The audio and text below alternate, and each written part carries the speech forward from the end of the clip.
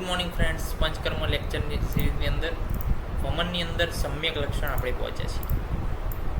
તો વેગ આવી ગયા છે. વેગ આવ્યા તો એના ઉપરથી આપણે શું નક્કી કરવાનું છે? સિમ્ટમ્સના આધારે કે સિમ્ટમ્સ પ્રોડ્યુસ થશે વમન બાદ, અને એ સિમ્ટમ્સના આધારે આપણે નક્કી કરવાનું છે કે સમ્યક છે કે અતિ છે કે અયોગ છે. તો સમ્યક વમનના લક્ષણો શું છે? કે જો વમન પ્રોપર થયું હોય તો કેવા લક્ષણો જોવા મળે? તો કહે છે કે ક્રમાત કફ પિત્તમ અથ અનિલાશ્ચ, એટલે કે જ્યારે વોમિટિંગ કરીએ છીએ ત્યારે શું છે? ક્રમશઃ નીકળે છે. પહેલાં કફ નીકળે, પછી પિત્ત નીકળે, ત્યારબાદ અનિલશ્ચ એટલે કે વાયુ નીકળે છે. યસ્ય ઇતિ સમ્યગ વમિત સહિષ્ટ, અને આ જે પ્રકારનું વમન છે એને પ્રોપર વમન કહેવામાં આવે છે. બીજા કયા લક્ષણો જોવા મળે છે?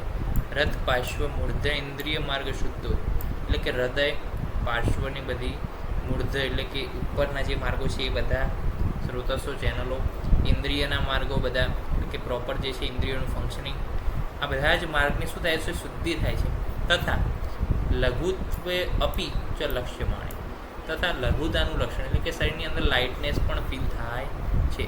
તો આ શ્લોક જે છે યાદ રાખવાનો છે કે ક્રમાત કપિત્તમ અથા અનિલાશ્ચ યસ્યતિ સમ્યક વમતે ચૈષ્ટ હૃદપાર્શ્વ મૂર્ધ ઇન્દ્રિય માર્ગ શુદ્ધો તથા લઘુત્વેપી ચ લક્ષ્યમાણે.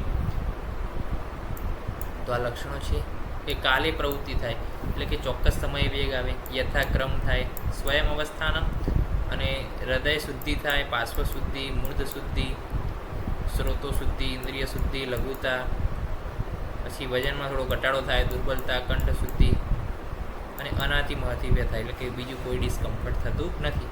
તો આ થઈ ગયા સમ્યક વમનના લક્ષણો. 5 લક્ષણ પણ ઊંચાઈ છે ઘણી વાર, તો આ એ યાદ રાખવા જોઈએ, અને વમનની અંદર પણ ક્લિનિકલ એસ્પેક્ટની અંદર બહુ ઉપયોગી છે. પછી નેક્સ્ટ આવે છે અતિયોગના લક્ષણો, એ આપણે જોઈશું નેક્સ્ટ લેક્ચરમાં. ત્યાં સુધી રજા આપશો. જય હિન્દ, જય ભારત, જય